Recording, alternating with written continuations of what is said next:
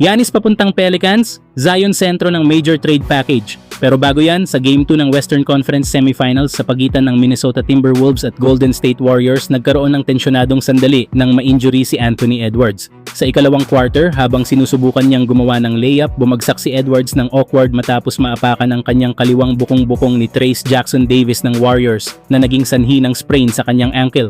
Agad siyang inalalayan palabas ng court at dinala sa locker room habang ang Timberwolves ay may lamang na 37-19.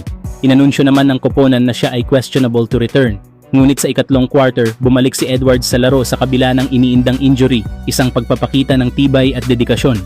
Ang kanyang pagbabalik ay ikinagulat ng marami, kabilang na ang coaching staff at mga manlalaro ng Warriors, na agad bumalik sa defensive focus matapos makita ang pagbabalik ng star guard ng Timberwolves. Sa kabila ng injury scare, nagtala pa rin si Edwards ng 20 points, 9 rebounds at 5 assists na tumulong sa Timberwolves na makamit ang 117-93 na panalo laban sa Warriors. Ang panalong ito ay nagpantay sa serye sa 1-1. Sa kabila ng matinding laban, walang nagawa si Curry kundi manood mula sa bench dahil pa rin sa hamstring injury na kanyang tinamo sa Game 1. Ramdam ang kakulangan ng firepower sa opensa ng Golden State at tila hirap silang makasabay sa energy ng Minnesota. Ngunit may bahid ng pag-asa para sa Dub Nation. Bago pa magsimula ang laro, nakita si Curry na kasama ng buong koponan sa pregame activities, isang senyales na maaaring malapit na siyang bumalik. Ang kanyang presensya sa sideline ay nagsilbing moral boost kahit pa hindi sapat para pigilan ang pagragasa ng Timberwolves. Pero kayo mga idol, naniniwala ba kayo na kaya pa ring manalo ng Warriors sa Game 3 kahit wala si Curry sa kanilang home court? Samantalang mainit ang balita sa NBA trade rumor sa Milwaukee Bucks at ang pangalan ni Giannis Antetokounmpo ang nasa gitna ng usapan. Ayon sa mga insider, isa sa mga pinaka-agresibong koponan ngayon ay ang New Orleans Pelicans na balak unahan ang Los Angeles Lakers sa karerang makuha ang 2-time MVP at ang sentro ng potensyal na blockbuster deal ay si Zion Williamson. Ayon sa mga ulat, handa ang Pelicans na ipackage si Zion kasama ang ilan sa kanilang malalalim na draft picks at young assets, kabilang ang mga future first-round picks na nakuha nila mula sa mga naunang trade deals tulad ng Anthony Davis deal mula sa Lakers at Drew Holiday trade sa Bucks. Sa madaling salita, kompleto sa rekado ang Pelicans para makipag-negotiate sa Milwaukee.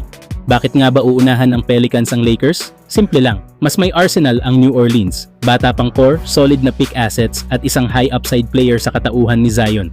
Habang ang Lakers ay may limitadong draft capital at umaasa na lang sa star power ng kanilang brand. Anong kagandahan naman kung mapunta si Giannis sa Pelicans? Makukuha nga ng Pelicans ang isang proven leader, defensive player of the year, at MVP caliber forward na swak sa kanilang core ni na CJ McCollum at Trey Murphy. Isa pa ay kung dati umaasa lang sila sa explosiveness ni Zion, magiging mas stable at playoff tested ang team kapag si Giannis na ang nasa frontline. Habang ano naman ang kagandahan kung mapunta si Zion sa Bucks? Sa Milwaukee, mabibigyan siya ng bagong environment para muling buuin ang kanyang career.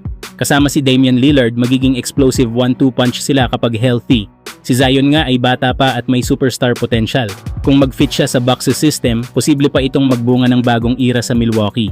Ngayon ang tanong sa inyo mga idol. Sa tingin nyo ba, dapat bang ituloy ng Pelicans ang ganitong kalaking trade para kay Giannis? At kung kayo ang Bucks, si Zion ba ang gusto nyong kapalit? I-comment nyo na yan sa baba. At syempre, huwag kalimutang mag-like, share at subscribe para sa mas marami pang NBA balita.